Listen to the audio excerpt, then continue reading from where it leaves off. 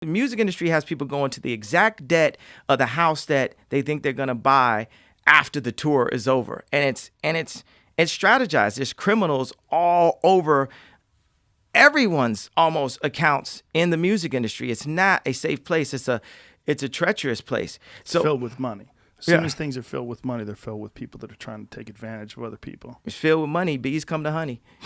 Exactly. Yeah. You didn't mean people being abducted and brought into slavery and put into chains was a choice. What you were talking about is people making decisions that would enslave them financially and enslave their life. Yeah. But it was taken out of context, and it was taken in the least charitable way. Hey, so I just wanted to quickly make a video on the newest interview with Joe Rogan and Kanye West. I haven't finished watching the whole thing, but throughout running errands today, probably had a chance to watch like half of it. And there's a few topics that he talked about that I'm gonna probably end up making a video on, but there's a particular one that I want to start with is when he's basically saying that the music industry is a treacherous place, that is not safe, that is filled with, criminals. I don't mean to laugh like it's not true, because in fact, there's a lot of truth to that. I've been in the music industry for a few years now, definitely got scammed for thousands of dollars. That's the story I hear from 99.8% of all of our clients that come to us. They all got scammed a certain way. And the industry is like that. It's the record labels exploit the uneducation of artists. The artists, take a ton of bad deals and end up getting screwed in the long run. They don't end up owning their music. They go through mental illness and all of that. It really is a treacherous place, but it can change.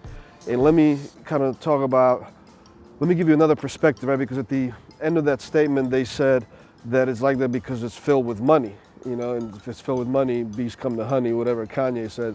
But there's a lot of other industries that are filled with money. You look at the medical industry, or you look at the technology sectors that require engineering, or the housing sector, which is a lot of engineering goes into that. Those are filled with even more money. The music industry, in comparison, as far as revenue, yearly revenues, is minute compared to the medical industry or to the engineering sectors, right? But the difference is that going into the medical industry, think about being a doctor. You're gonna go through like 10 years of school before you can practice medicine at a hospital. Imagine if the artist had to go through some structured schooling for like 4 years, screw 10 years, if the artist just had to go through structured, learning just for 4 years to be empowered with information such as contracts and marketing and PR and touring and just management of people and growing teams and organization, project management tools and all of that.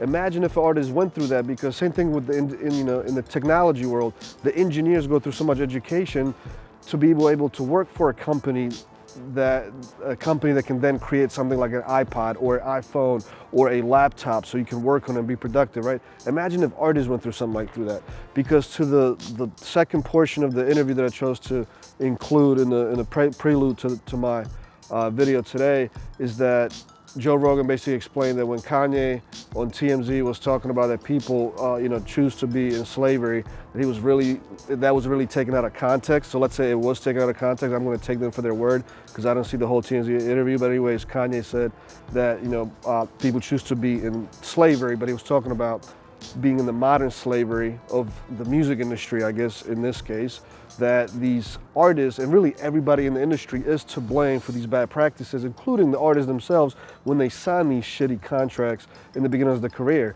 And I think there's a lot of truth to that as well, right? I understand that everybody has life circumstances, because I've heard it all the time. It's like, man, you don't understand where some of these kids come from and what they had to go through, and they just feel so desperate, and it's like the first thing that is a blessing in their life, and they're about to take this contract. There's a little bit of money in advance, and they are pretty much homeless and blah blah blah blah. And look, I'm not saying that those are not horrible situations or that that's not true at all, because a lot of that is, but everybody has certain circumstances in their life. But the point I'm trying to make is that that whole time that the artist was able to be creative and go to studios and make the music that ended up getting them signed or ended up getting their talent being heard by a certain amount of people, they could have also, during the same time, absorbed some books, looked at the right stuff on their phones and learned the right information, or just be more intentional about seeking the right information, so that way when they got to that table for the very first time and the contract was thrown at them,